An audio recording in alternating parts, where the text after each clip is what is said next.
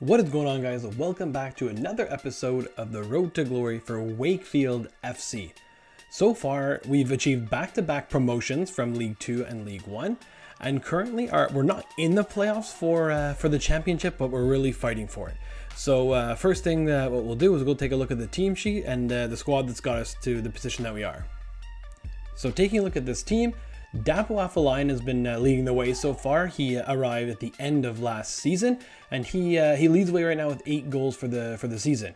We have new arrivals, Harry Winks and Tyrone Mings, who have been big parts to the squad, as well as Schneider, who's growing along. He's 68. I was hoping he'd grow a bit faster than that, but still doing pretty well. As well as Gordon on loan from Liverpool. He's been chipping in the fair share as well. Kaya's growing as a center attacking midfielder. We've had him since he's been 16 years old in year 1. And then we have the bench is kind of thin, but Ferguson comes off the bench he scored a couple, Blake as well. So with it being in November right now, we've got some work to do before the transfer window opens in January. As we mentioned, we're not in the playoff spots currently, but at the moment, we're only 2 points behind both Norwich and Blackburn Rovers for the 5th and 6th playoff spot. So hopefully we'll, by the end of this episode, we'll make our way at least into a playoff position. At least that's the goal for now anyway. Next up, we'll go take a look at our youth academy. So as it stands right now, we have Kleber Rice, who's 6'5", with a potential of 75 to 94. He's the one to look out for, I think, at the moment, as well as Jonathan Wilkinson might be getting that bump soon, which I'm still going to let him develop in the youth academy while he's retaining green form, if you will, until he basically sends us a note saying, I'm tired of staying in the youth academy. He'll remain for now, but he's for sure a lock to be promoted at some point, I think, in this season. Now taking a look at the calendar, we have a few tough games, honestly. We have Nottingham Forest away, we have Hull City away, Sheffield Wednesday away. In December, 6 more games, Middlesbrough, Sunderland, Swansea. There's a lot of tough games here, and bringing us right to the transfer window. 4 more games against Middlesbrough again, so we start playing the teams for a second time. But yeah, we're hoping for a lot of big results. So without further ado, let's jump into the highlights. So we're gonna get the highlight package started off with an away trip to Nottingham Forest.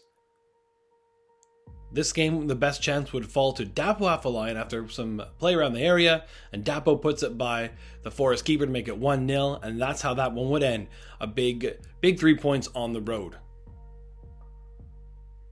Next up would be Luton Town traveling to Wakefield Park.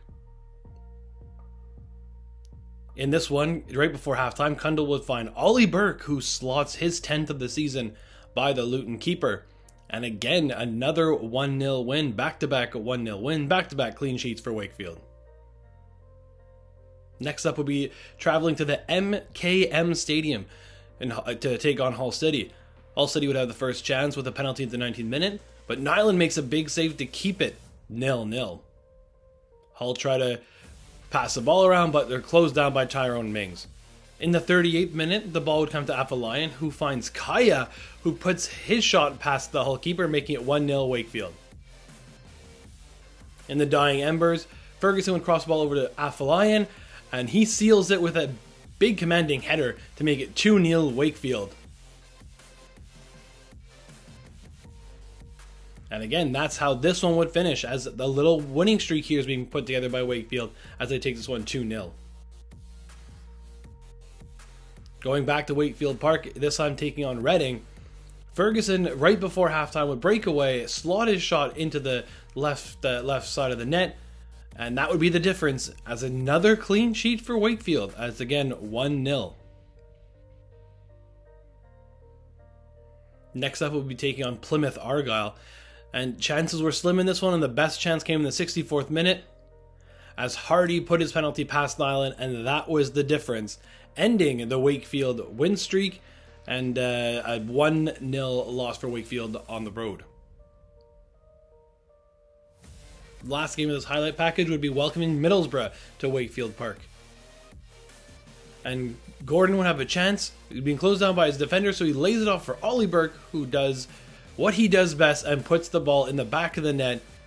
And that would be enough to see off yet another 1-0 win for Wakefield. Let's check the table, see where we're at. So, 2/3 of the way through the championship season, and we are currently in 4th place.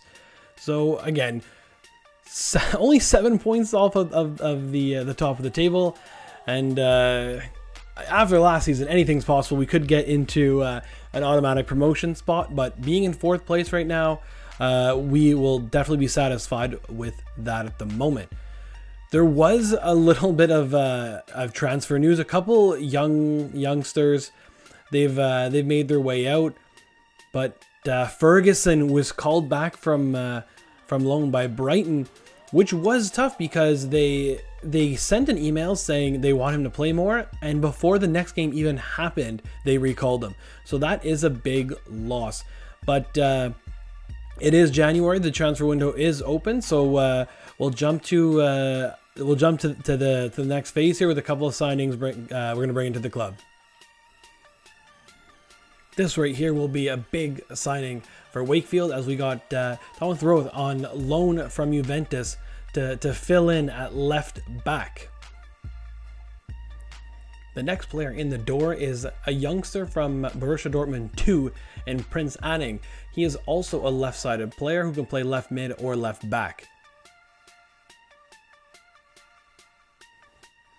And last but not least, we signed center attacking midfielder James McAtee from Manchester City on a permanent deal as well. So that's the transfer business from Wakefield in January. So after the transfer moves, this is what the team looks like now. Prince Anning is coming right away on to play at left back. Connor Bradley's moved over to right back for now. That's how the starting lineup has changed. I'm pretty sure I'm going to put Connor Bradley at right wing. We're going to see he's really pacey. He crosses the ball really well. His finishing is not great, but his passing is getting up there. And with Gordon leaving back to Liverpool next season, I think that just might be a nice fit. So we'll go ahead and he's under development now. I think it's going to take him 5 weeks. So it's showing it's not going to take him that long to get there. And then, so Sterry has moved to the bench. Rothe is going to be, he can play center back as well, I believe, because he's got the size for it. He's 6'4", but he can be a rotational player at left back or right back. And McAtee here is on the bench as well. So we need to make some moves for depth, and we did it. So I'm happy with the transfer moves.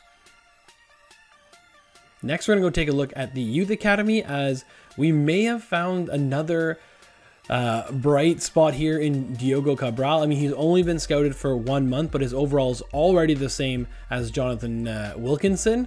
So we'll have to keep an eye on that. The potential is still high for Kleber Rice as a 6'5" keeper.